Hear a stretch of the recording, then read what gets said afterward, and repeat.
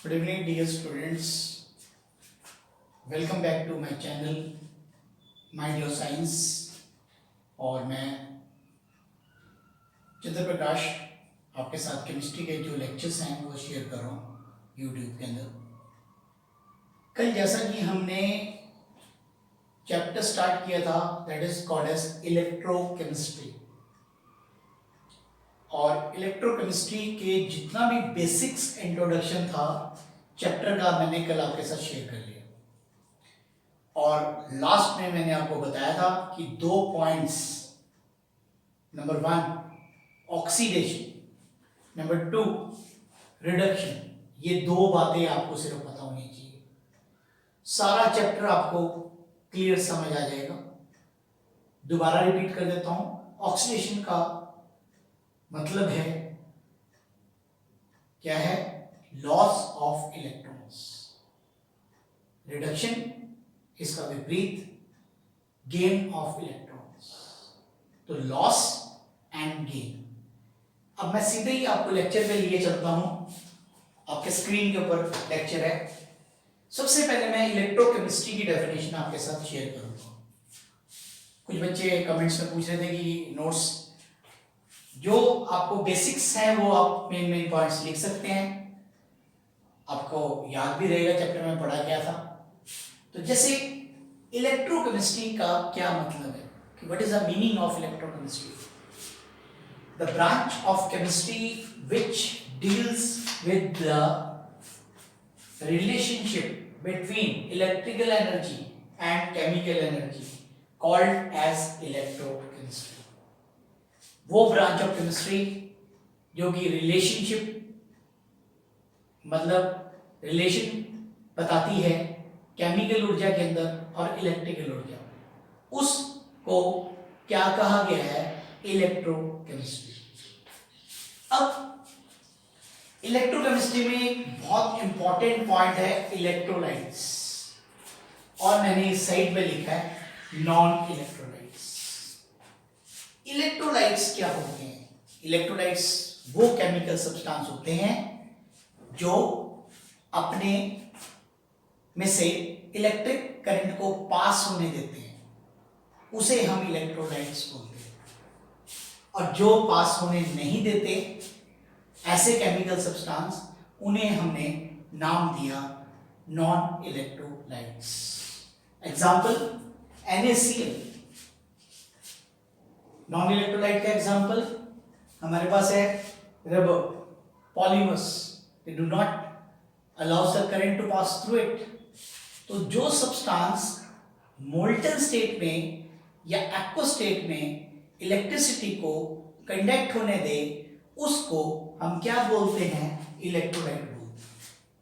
और जो ऐसा नहीं करने देते उन्हें हम क्या बोलते हैं? Non electrolytes. अब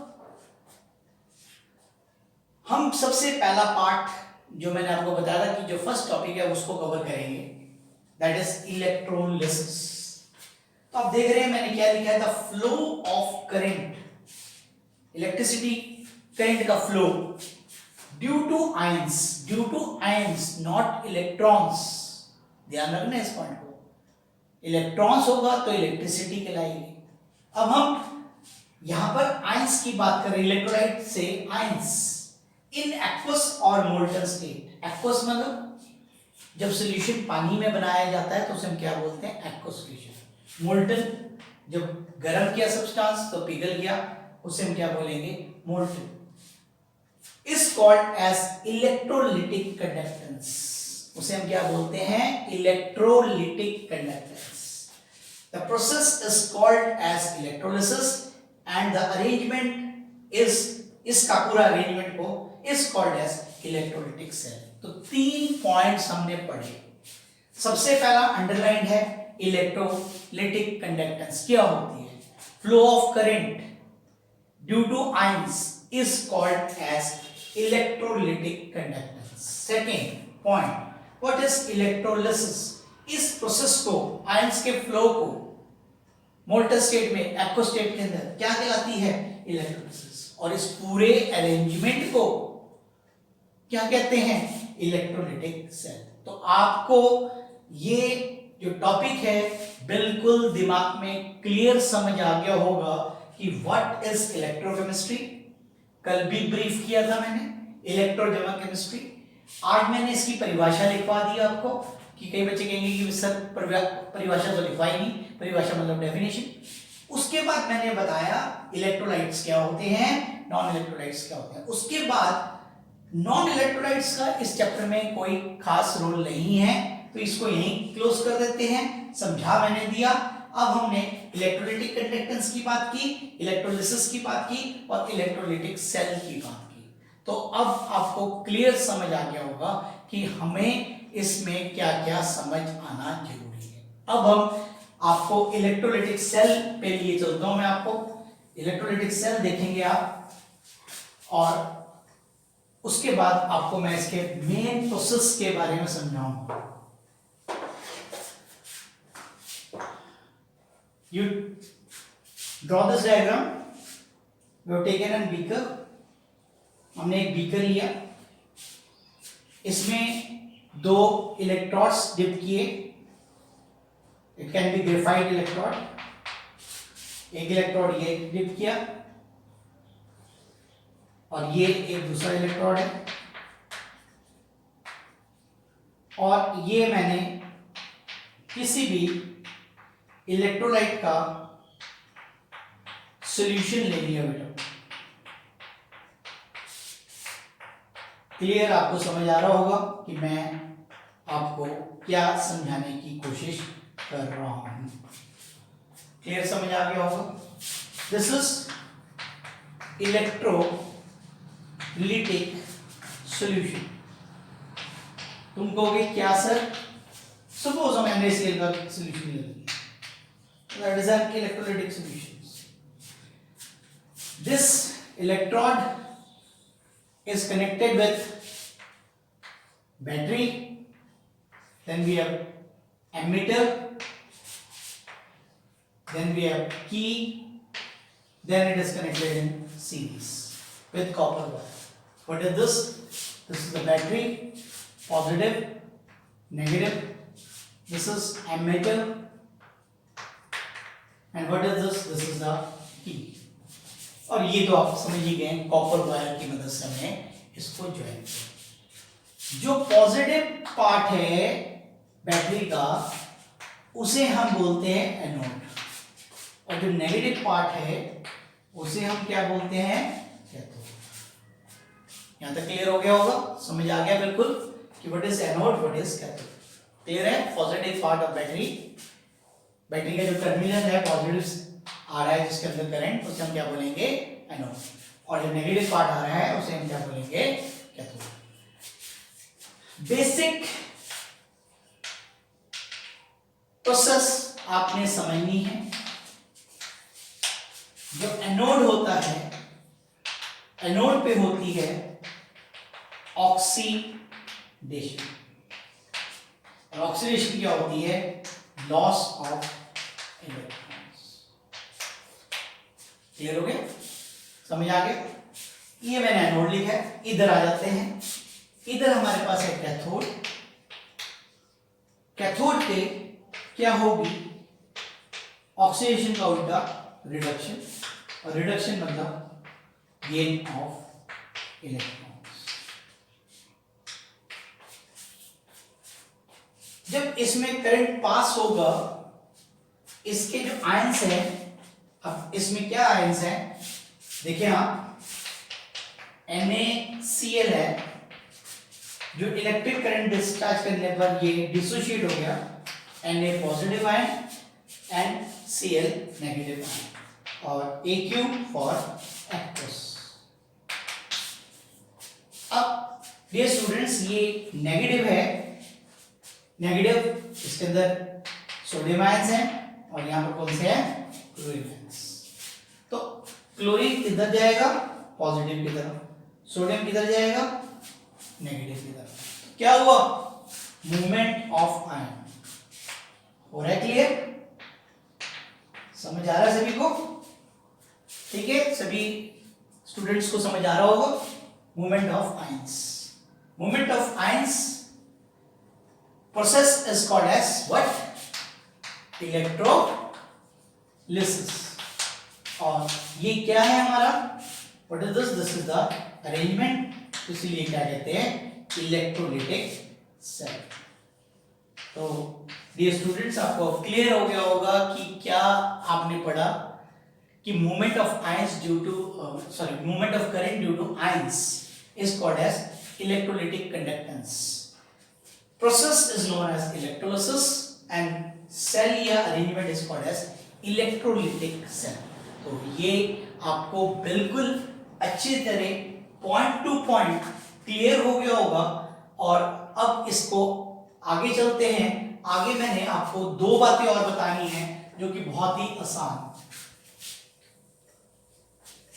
अब यहां ध्यान देंगे आप, रिएक्शन के दौरान देयर आर टू प्रोसेस. एक होती है, मैंने लिखा है, आपने पढ़ लिया होगा, प्राइमरी प्रोसेस. क्या लिखा है? Primary process. दूसरा नाम लिखा है मैंने secondary process.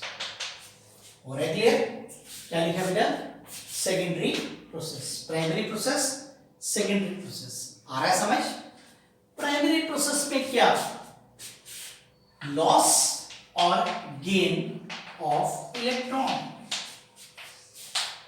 That is primary process. और जब सेकेंडरी की बात करेंगे, सेकेंडरी प्रोसेस में क्या होता है? Formation of final product. Formation of final product. तो मैं दोबारा रिपीट करूंगा, थोड़ा सा नया है आपके लिए, इसलिए समझाना मेरा जरूरी है. डियर स्टूडेंट्स, प्राइमरी प्रोसेस का अर्थ है ऑक्सीडेशन या रिडक्शन. ऑक्सीडेशन मतलब लॉस ऑफ इलेक्ट्रॉन, रिडक्शन मतलब gain of electron. Secondary process क्या है? सेकेंडरी प्रोसेस में फॉर्मेशन ऑफ फाइनल प्रोडक्ट. जब फाइनल प्रोडक्ट बनता है उस रिएक्शन को हम क्या बोलते हैं? Secondary process. जब लॉस और गेन होता है उसे हम क्या बोलते हैं? Primary process. अब एक लास्ट पॉइंट, पॉइंट नंबर 3, ये भी वेरी इंपॉर्टेंट है. अब सपोज करो देयर आर टू आयंस, एक सोडियम आयन ले लिया, एक पोटेशियम आयन ले लिया. ध्यान से समझना, बहुत इंपॉर्टेंट है. पॉजिटिव आयन है, नेचुरल सी बात है, नेगेटिव के पास जाएगा. दिख रहा है आपको? नेगेटिव, नेगेटिव पार्ट के पास जाएगा. ठीक है, नेगेटिव पार्ट के पास जाएगा, लेकिन इनमें से रिडक्शन किसकी होगी? जिसकी डिस्चार्ज पोटेंशियल क्या होगा? लो होगा. मतलब कहने का मतलब है, अगर एक आयन है फिर तो कोई टेंशन नहीं है. अगर एक से अधिक आयन्स बन जाते हैं सॉल्यूशन के अंदर, तो आपको ये बात समझनी है कि उन आयन में से ऑक्सीडेशन या रिडक्शन कौन करेगा, वो निर्भर करती है किस पॉइंट पे? Discharge potential. वर्ड याद करेंगे आप, दोबारा रिपीट कर रहा हूं, डिस्चार्ज पोटेंशियल. और कैसे सिलेक्शन करनी है? जिसकी लो डिस्चार्ज पोटेंशियल होगा वही ऑक्सीडेशन या रिडक्शन करेगा. अब तुम कहोगे सर ये डिस्चार्ज पोटेंशियल कहां से आएगा? डिस्चार्ज पोटेंशियल आएगा, आपको +1 में पढ़ाई थी, इलेक्ट्रोकेमिकल सीरीज. सभी मेटल्स की एक वैल्यूज दे रखी है, एक टेबल बना हुआ है जिसे हम क्या बोलते हैं? Electrochemical series. उसी से डिस्चार्ज पोटेंशियल की वैल्यू निकाली जाती है. तो जिसका कम होगा वो ऑक्सीडेशन या फिर रिडक्शन करेगा. क्लियर हो गया? समझ आ गया? This is very very very very important point, discharge potential. ठीक है, सेकेंडरी प्रोसेस. प्राइमरी तो आपको आता था, प्राइमरी पे ज्यादा दिमाग खपाने की जरूरत नहीं है, ज्यादा प्रेशराइज करने की जरूरत नहीं, वो तो पता है, loss of and gain of electrons, वो तो बेसिक है. अगर किसी स्टूडेंट को ऑक्सीडेशन और रिडक्शन नहीं आता है तो उसे इलेक्ट्रोकेमिस्ट्री समझ नहीं आएगी. तो वो तो सबसे पहला, कल ही मैंने आपको बता दिया था कि बेसिक क्या है, कि आपको पता है होना चाहिए कि मेरा ये वाला हाथ कौन सा है और ये वाला हाथ कौन सा है। इसी तरीके से ऑक्सीडेशन क्या है, रिडक्शन क्या है। लेकिन ये दो पॉइंट्स नहीं है, दोबारा रिपीट कर रहा हूं, सेकेंडरी प्रोसेस का मतलब फाइनल प्रोडक्ट की बनना, उसे हम क्या बोलते हैं, सेकेंडरी प्रोसेस। अब 2 या 3 आयंस आ जाएं तो उनमें से किसकी ऑक्सीडेशन या रिडक्शन होगी डिपेंडिंग अपॉन चार्ज, वो निर्भर करेगा डिस्चार्ज पोटेंशियल के ऊपर। और जिसका डिस्चार्ज पोटेंशियल लो होगा वही क्या करेगा बेटा, हमारी ऑक्सीडेशन या रिडक्शन करेगा। अब इसके बाद ये आपको बिल्कुल क्लियर समझ आ गया होगा। तो this is the process of electrolysis. Electrolytic cell क्या होता है, इलेक्ट्रोलिसिस क्या होता है, इलेक्ट्रोलिटिक कंडक्टेंस क्या होता है, ये तीनों चीजें मैंने आपको बिल्कुल अच्छी तरह पॉइंट टू पॉइंट समझाया और ये बिल्कुल आपको क्लियर हो गया। अब हम 2 प्रोसेस करेंगे। इन बेसिक्स को समझते हुए आगे का प्रोसेस इसी के ऊपर निर्भर करता है। हम इलेक्ट्रोलिसिस करेंगे और 2 इलेक्ट्रोलिसिस हमारे पास आज हम कर पाएंगे, नहीं तो वीडियो बड़ा हो जाएगा, फिर आपको भी इंटरेस्ट नहीं बनेगा। तो आराम से बिल्कुल थोड़े छोटे लेक्चर्स में मैं आराम से आपको पढ़ा रहा हूँ और बिल्कुल आपको अगर ध्यान से समझेंगे तो मैं बिल्कुल दावे से कह सकता हूँ कि आप ये नहीं कह सकते जी हमें समझ नहीं आ रहा। इस बात को मैं बिल्कुल नहीं समझ पाऊंगा कि आप कहोगे कि हमें समझ नहीं आया सर, ठीक है। तो इसलिए ज्यादा नहीं करेंगे, हमने सिर्फ 2 ही आर्टिकल और कवर करने हैं जो कि वेरी इंपॉर्टेंट है बोर्ड पॉइंट ऑफ व्यू से। तो इसलिए क्योंकि यहाँ से क्वेश्चन आते हैं, ये सारा जो पिछला था ये सारा का सारा बेसिक्स। तो ये क्या टॉपिक है, सीधा लिए चलता हूं, electrolysis of molten lead bromide. मैं दोनों टॉपिक्स लिख देता हूं, फिर मैं दोनों के दोनों आपको एक एक करके एक्सप्लेन कर दूंगा। तो पेपर में प्रश्न क्या आएगा आप सोच रहे होंगे, discuss the electrolysis of molten lead bromide. तो यहां पर एक शब्द आ जाएगा डिस्कस और कुछ नहीं, बाकी तो आर्टिकल आपको समझ आ ही रहा है, बुक में से पढ़ा रहा हूं, एनसीईआरटी में से। Electrolysis of molten sodium chloride. तो दोनों टॉपिक्स यहां तक हमने लिख दिया। वैसे तो मैंने 3 टॉपिक्स कराने थे, लेकिन मैं नहीं चाहता कि ज्यादा आपके ऊपर बर्डन पड़े, आराम से करेंगे, कोई कल कर लेंगे। तो आपको उतना ही समझाया जा सके जितना आपको समझ आ सके। तो अब क्लियर हो गया टॉपिक, अब इसको करें। तो अब मैं इसको करके बताता हूं आपको, तो कैसे करना है। पहला आर्टिकल है इलेक्ट्रोलिसिस ऑफ लेड ब्रोमाइड। मैं फिर से यहां पर पूरे बोर्ड पे लिख रहा हूं लेड ब्रोमाइड। अब फिर वही प्रश्न, अब किसी बच्चे को अगर लेड का सिंबल नहीं आता है, मैं बिल्कुल बेसिक छोटे ग्राउंड लेवल पे जाके पढ़ा रहा हूं, हाई फाई लेक्चर्स नहीं पढ़ा रहा हूं। अगर किसी को लेड का सिंबल नहीं आता है, लेड ब्रोमाइड नहीं बना पाएगा, तो उसको ये क्वेश्चन आएंगे नहीं। लेड का सिंबल पी, चार्ज होता है +2 Br2। तो ये आपको फॉर्मूला पता होना चाहिए। तो डे स्टूडेंट, लेड ब्रोमाइड का फॉर्मूला क्या है, PbR2, लेड ब्रोमाइड। 2 क्यों आया, क्योंकि इसकी वैलेंसी कितनी है, 2। अब तो क्लियर हो गया। अब आपको क्या करना है, lead bromide solution is taken in the container fitted with electrodes and we heat the chemical so that it is in the molten state। बहुत ही सिंपल चीज लिखी है कि मैंने लेड ब्रोमाइड लिया एक कंटेनर के अंदर, उसके अंदर इलेक्ट्रोड डिप किए हुए हैं, बाकी सारा सर्किट कंप्लीट है, और उसको हमने गर्म कर दिया, ट्राइपॉड स्टैंड पर रखकर उसके ऊपर वायर गॉज रखकर हमने उस कंटेनर को गर्म कर दिया, जिससे कि लेड ब्रोमाइड है वो पिघल जाए, मोल्टन स्टेट। अब हमें सिर्फ 3 रिएक्शंस पढ़ने हैं। अब देखोगे कितना आसान है यार, ये 3 लाइनें आपको समझ आ गई होगी।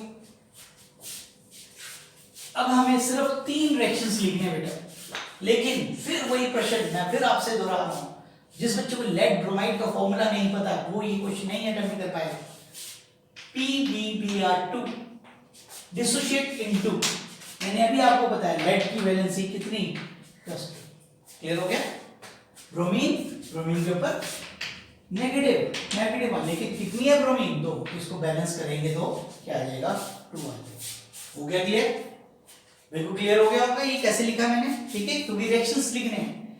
अब आसानी के लिए इसके ऊपर ही लिख दो, ऐसे बुक्स में नहीं है, मैं आपको आपके अपनी तरफ से समझा रहा हूं, कभी गलती नहीं होगी। पॉजिटिव किसके पास जाएगा, नेगेटिव के पास, और नेगेटिव अभी बताया कौन सा होता है, कैथोड। नेचुरल सी बात, अगर ये कैथोड है तो ये क्या है, एनोड होगा। अब एक सेल के अंदर दोनों एनोड या दोनों कैथोड तो हो नहीं सकते, एक एनोड होगा तो दूसरा कैथोड होगा। समझ आ गया कैसे किया? नेगेटिव वाले को भी समझ लेते हैं, नेगेटिव वाला कहां जाएगा, पॉजिटिव के पास। पॉजिटिव कौन सा होता है, एनोड, इसका मतलब ठीक हो गया हमारा। अब इसके बाद 2 रिएक्शंस और लिखने हैं, बस आर्टिकल खत्म। एट एनोड, स्पेस छोड़ दिया आपके लिए, आप तो बाद में नोट करेंगे, अभी समझाऊंगा। और ये कैथोड, ये स्टूडेंट्स क्या आया हमारे पास एनोड पे, ब्रोमीन, तो मैंने यहां पे क्या लिख दिया बेटा, Br नेगेटिव। समझ आ गया मैंने कैसे उतार लिया? अब एनोड पे क्या होती है, यहां नहीं लिखना, याद रखना है आपने, oxidation. Oxidation means loss of electron. ये बन गया Br प्लस इलेक्ट्रॉन। आया समझ? ये रिएक्शन समझ आ गया कैसे लिखा है मैंने? क्लियर हो गया? अब ये है, अभी मैंने इसी के बारे में बताया था, यहां लिखने की जरूरत नहीं है। ये कौन सी प्रोसेस है, प्राइमरी प्रोसेस। क्या ब्रोमीन फाइनल प्रोडक्ट है? आप कहोगे नहीं सर, क्यों नहीं है? क्योंकि ब्रोमीन जो है वो कैसे एग्जिस्ट करता है, Br2 की फॉर्म में। तो आपको ये सेकेंड रिएक्शन भी लिखना पड़ेगा, और ये रिएक्शन क्या है हमारा, सेकेंडरी प्रोसेस। तो अब आपको क्लियर कट समझ आ गया what is primary process, what is secondary process. तो ये फाइनल प्रोडक्ट बना। और अगर आप समझ सकें ब्रोमीन की जो हमारी क्या कहते हैं स्टेट होती है वो कौन सी होती है, लिक्विड। तो अगर याद रहे तो लिख देना लिक्विड, नहीं तो इसकी कोई ज्यादा इंपॉर्टेंस नहीं है। तो यहीं तक आपका एग्जामिनर ने चेक करना है। तो ये अगर लिक्विड लिख दिया है तो ठीक है, नहीं लिखा है तो उसके कोई नंबर नहीं कटेंगे। क्लियर हो गया? अब कैथोड पे कौन है, Pb+2 न्यूट्रलाइज करना है। कितने पॉजिटिव, 2, तो कितने इलेक्ट्रॉन देने पड़ेंगे, 2, तो क्या बन जाएगा, लेड में। अब इसको तुम कहोगे सर इसको यहीं पर रोकना है, हाँ बिल्कुल यहीं रोकना है। क्यों? क्योंकि ये फाइनल प्रोडक्ट है। तो यहां पर सिर्फ क्या आया, प्राइमरी प्रोसेस। तो जबरदस्ती सेकेंडरी प्रोसेस नहीं करना है, सेकेंडरी प्रोसेस वहां करना है जहां पर उसकी आवश्यकता हो। तो ये आपको, ये एक रिएक्शन, ये दूसरा रिएक्शन, ये तीसरा रिएक्शन लिख पाएंगे आप? समझ आ गया होगा, बिल्कुल क्लियर समझ आया है, कॉन्फिडेंस आ गया है। अब हम इसी तरीके से अगला टॉपिक भी कवर करेंगे। तो किसी प्रकार का कोई भी डाउट आता है तो कमेंट बॉक्स में आप मुझसे पूछ सकते हैं।